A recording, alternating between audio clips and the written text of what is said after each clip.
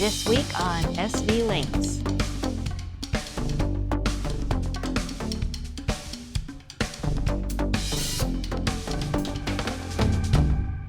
Welcome to this week's SV Lynx video. Last week, we got a lot of work done on the cockpit. We were working on the beams up above, we were getting these poles set in, and just got a lot done. This week, we're going to do all the glassing of the cockpit. Yeah, we'll finish it up, and so this job will be completed. So let's get right to it and show you what we did.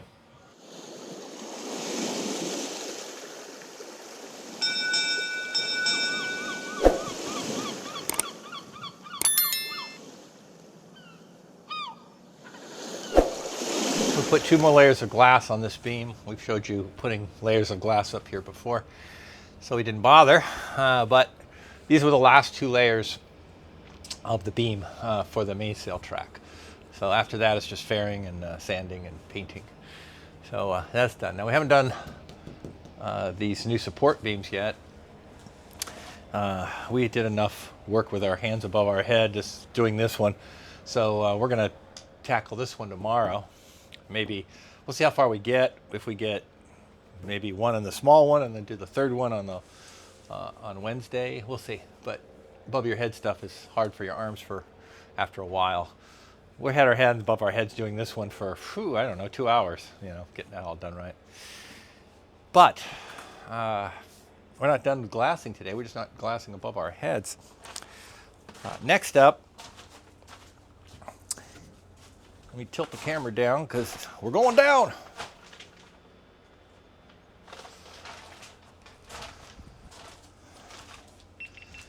Next up, we have to glass these beams in, and that'll be tricky in itself because there's not a lot of room over on, this side here and around on this side in here. Now we pre-coved this one because we can't get down in there, so that's going to be a little easier. And here I can reach, with my fingers around here, so that one I can get into. This is the only one that I can't. But we pre-coved that. So Brian's down here mixing up right now, and he's mixing me some thickened, and we're going to put the coves that we haven't already pre-done. And then way down there, we've already cut all of our peel ply and glass, so it's ready to go. So we're all set on those things. So now it's just a matter of getting in here and doing the work. I think we're ready to go. Got the sun off of it because it'll set up too quickly in that. All cleaned up. Just need some epoxy, but that's coming anytime now.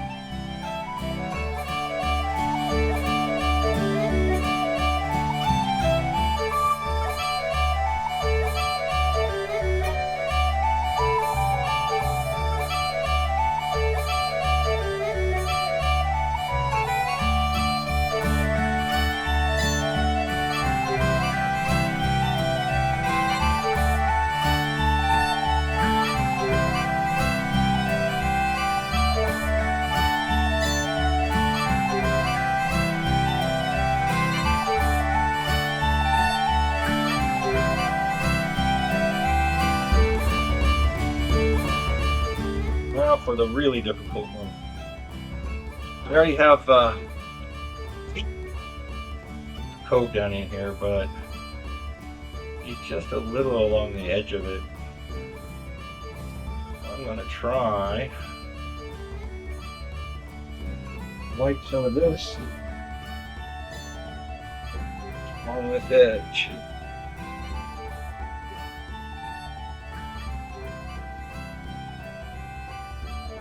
Okay, success.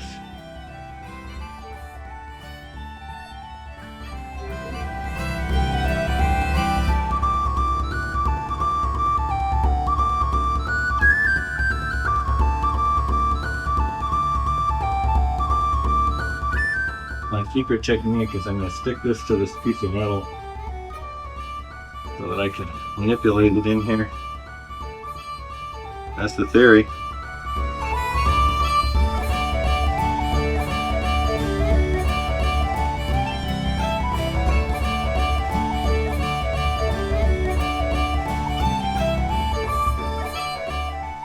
putting peel ply on here, but only on the inner one, because we're going to be reaching into this cupboard that's here, and we don't want rough edges. But behind here, up in here, will never be there. So that not only would it be impossible for me to really get peel ply on there, but we'll never be in there anyway, so it can just be fiberglass. Fine.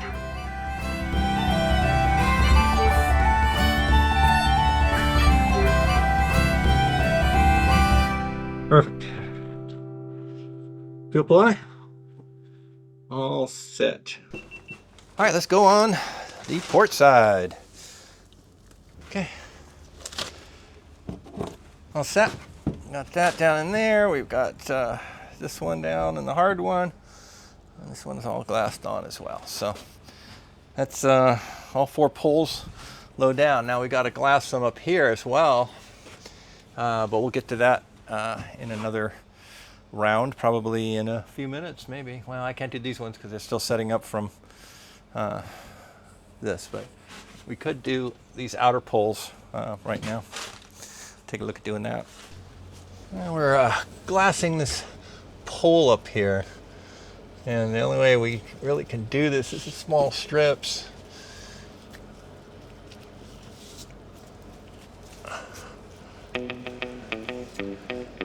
Won't bend around the pole otherwise.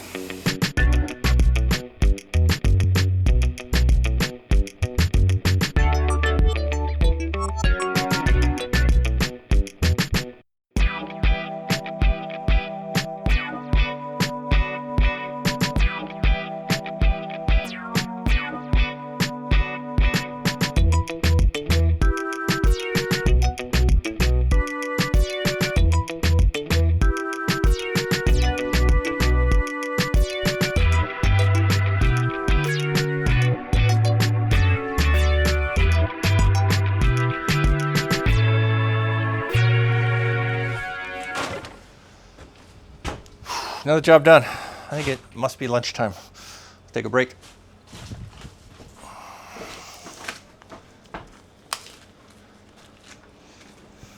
It's Tuesday morning and I get to do one of my favorite things. Pull peel ply.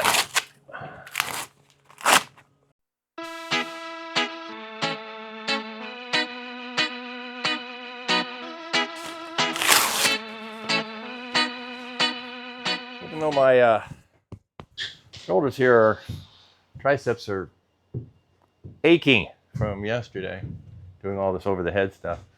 Unfortunately, we got to do this one over the head today, at least this one. But we've got 3, the short one and 2 long ones here to get done. And I would imagine, just based on how sore my shoulders are, that we'll only do 1 today and 1 tomorrow. Maybe. We'll see if we can get the short one today or the short one on Wednesday. I keep putting it off. But that's what we're up to next. It doesn't matter about these little bits sticking out because we're going to be putting a cove along here. Cover that right up. And then we'll put the glass on. So cove on each side, glass. I do a little bit of sanding on this beam first, but not too much. So we'll get started with that.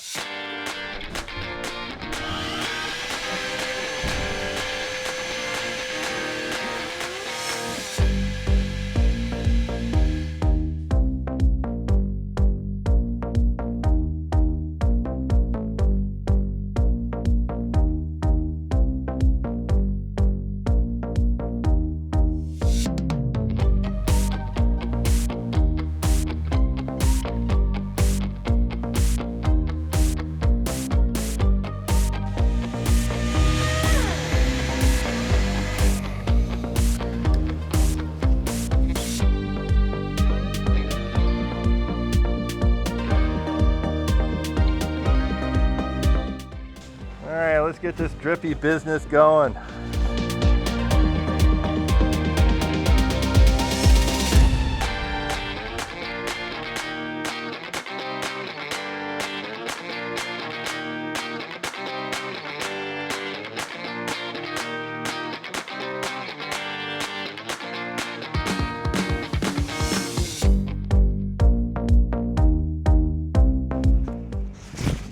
Okay, ready for strip number 2, which Brian's now mixing while I've been rolling this one out.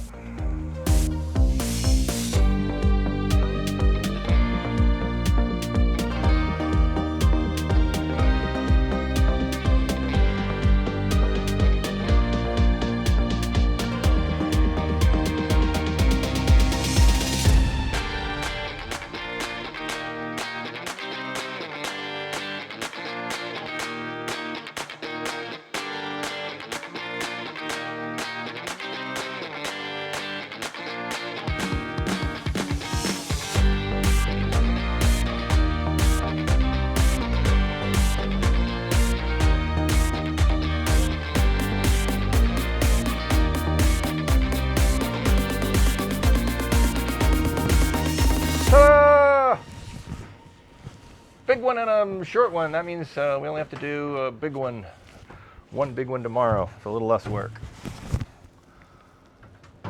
Suddenly jumped on doing this one just because I had too much epoxy. So tomorrow we'll mix a little less for that other big one. But it all worked out. We needed to get this one done anyway. I'm getting mighty tired of schizophrenic weather. Last week we had temperatures up there at 100 or more degrees Fahrenheit, and last night, rain. We've already pumped out what little there was in here. We did a pretty good job of keeping things sealed up. There's just one spot here we haven't put the sole in there because we're still working on the steering, and so water gets down to that one compartment. But we also had a little bit come in from the side over here where the tarp wasn't down as far. So we already cleaned those out, but it is rather annoying on there. Now upstairs, for once we got a little bit of dampness here, but this is all dry inside, so we're all good there. Got a little bit of, just a tad here, but didn't even actually get down in much anywhere. So all in all, that's a short cleanup compared to other rainstorms. But not going to rain today, but it's going to rain all night tonight again. So we'll have to keep this buttoned up. Shore up a couple spots that were where the rain got in, and hopefully it'll even be better on Friday when we return. Today we started working out on the steering areas. And so we've got the other portion of the steering bar in down here. And what we were working on is figuring out the tie rod that goes between those two, how long it needs to be. And so we had to get everything in fairly accurate position. The tie rods are slightly adjustable, but we have to be close. And we've got the right size now, so I'm going to order those up.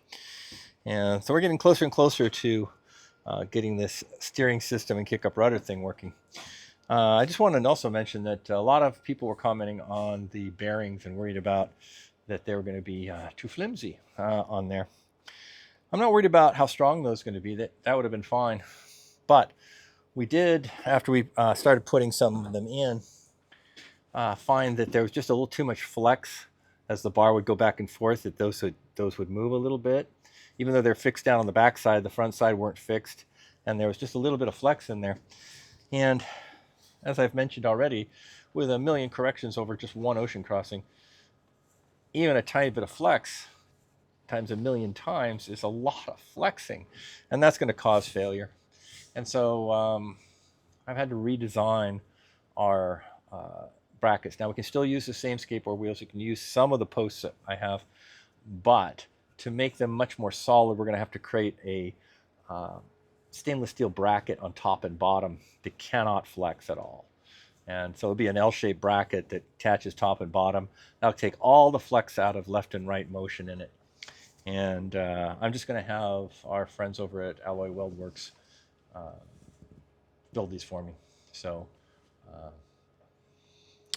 I will just have them cut them up, weld them up, and they need to make eight plates at top and the bottom for each bearing. We're putting 4 in. So we'll get that going. So that might put off our finishing off our steering system for at least a little bit of time, because we got to get those welded and put in. So we'll get these tie rods ordered. That'll take a little time to get here. We'll get these brackets started at the machine shop, and that all should come in a somewhat reasonable amount of time. And then we'll get to that steering. But today we're going on to phase 3 of work above our heads, which I'm tired of, because we did this one, and then we did this long one here and the short one over there on another one day. So that was phase 2. And today we're going to do the final one, which is right down the center here. And this one here. So Brian's mixing right now. I've already got this all prepped, sanded, and clean. And we've got plastic down underneath of it on the floor, in case we drip. And we're going to get rolling on this in just a few minutes. But I got to get my bunny suit on, because I'm the one who takes the roll of it and rolls it out, and that drips sometimes, and I just don't like getting epoxy all the way up my arms. So I'm going to get my bunny suit.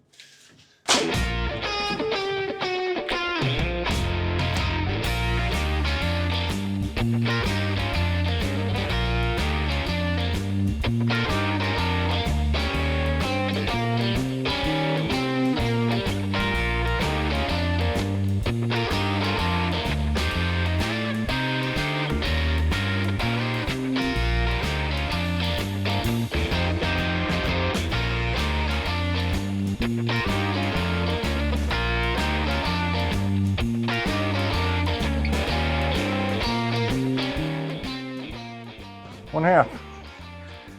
More to go.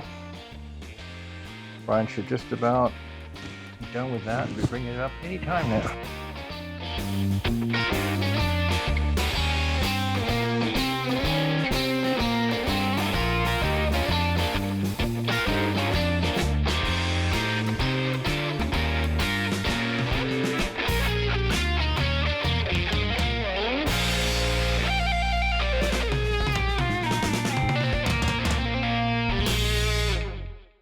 Okay,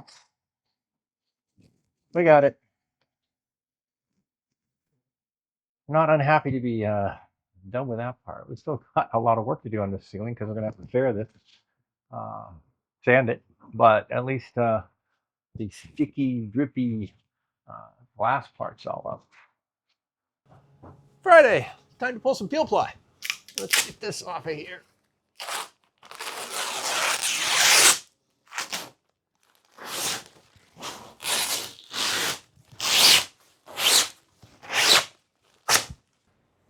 Well, we've already glassed the tops of these in, but we haven't glassed the tops of these big ones on. So we're going to put little radial strips on here, and then a circular one, and then a wrapper down like that. And we'll do both of these posts right now at the two big ones. And that will conclude all the glassing of the cockpit ceiling. We can move on to fairing and sanding and painting.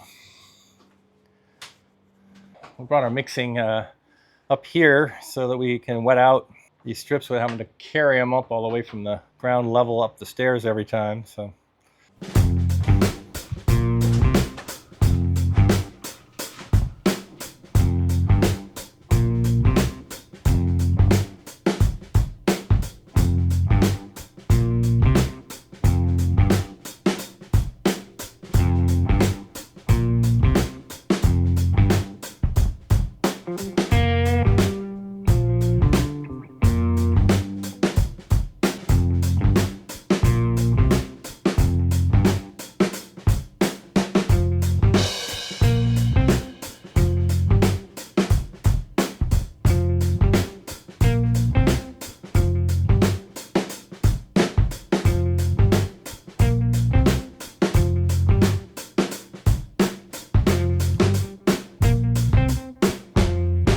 All right, that's the port side all done.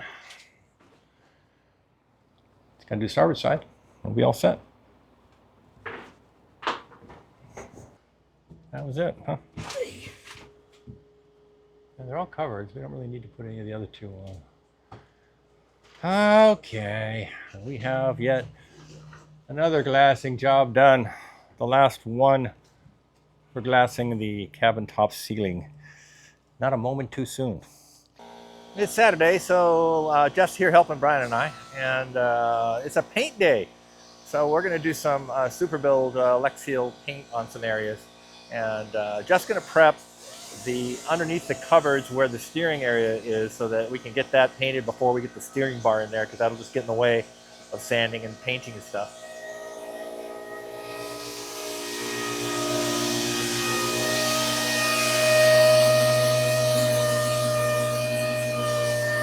So he's going to do these 4 compartments, and he's going to clean up these holes as well. And so he'll clean these up, and then we'll paint that. Meanwhile, Brian's over here getting the paint mixing area set up, getting the paint all stirred and getting that ready. And I'm going to go over into the hulls, because we're going to paint these 6 dry bilge parts. So the one underneath the stair right there, and then these 2, and the same 3 on the other side of the boat. So they're already sanded, so all I got to do is clean them with some alcohol right now. And we'll get those rolling those on right away. Again, these are bilges, so we're putting a very, very thick Super Build primer, epoxy primer on there right now. And then once that epoxy primer is all set up, on another day, we'll put a 501 paint on top of it, which just a little bit better protection from oils and other kinds of things like that, which is why we're going to go beyond just the epoxy one. So, all right, so off we go. Well, sometimes things just go wrong. And oops, I spilled. Let's see that in slow-mo. Ah! But the good news is I spilled it on the top of the diesel tank, which is where I had already painted this very Super Build primer, this color and everything. So I can just use that as a place to roll paint. And I'll clean up that wall in a minute. But I'm just going to roll it from here onto the new bilge area. And that top of that diesel tank will just get a little extra coating up there. But not by too much. You know, when stuff happens, sometimes you just have to make lemonade out of lemons.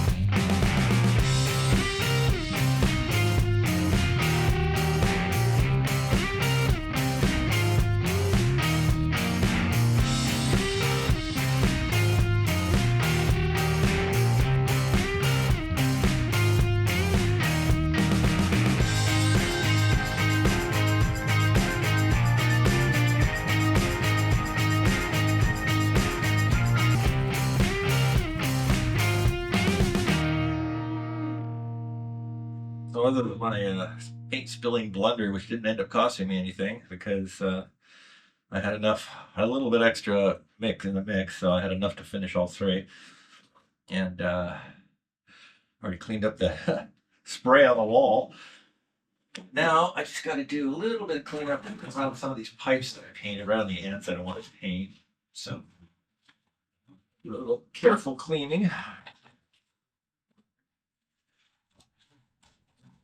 Meanwhile, I've been spilling and painting paint. They've got this sanded up to the point where Brian's doing some fairing of the edges of the rough edges here where the fiberglass meets the area. These are non-critical areas, but we're going to smooth them out just a little because we will be reaching down from the cupboard up there into this compartment, and we don't want rough edges. For our last job of the day, we had some sanding going on, so cleaning up after I was doing some of that glass work that we did up in the poles, and then some resin got down onto the poles, and of course we need to clean up some of the edges around the ends of the top beams.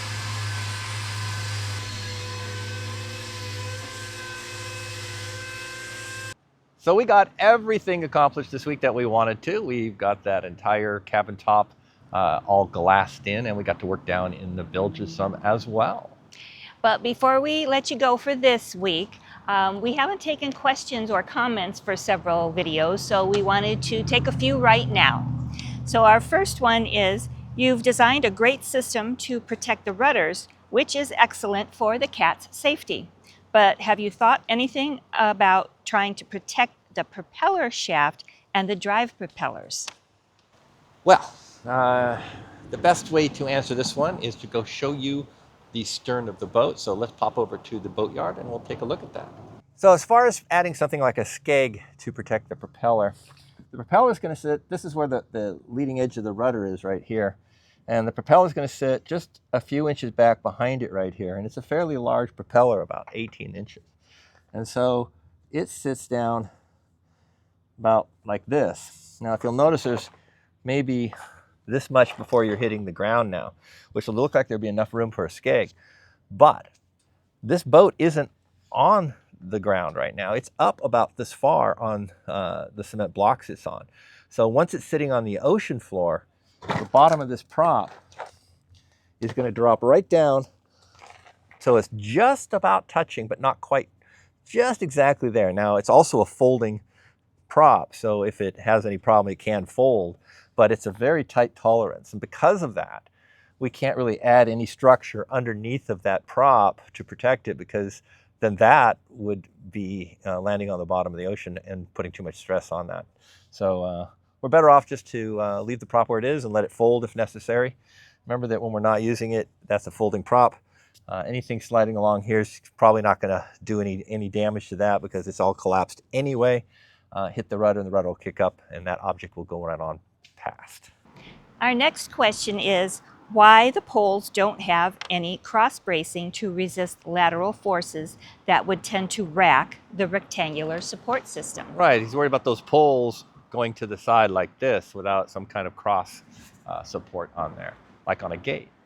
Well, it's easiest for me to just show you how well these are glassed in. So let's take a look at that. These aren't just fixed at a bottom point.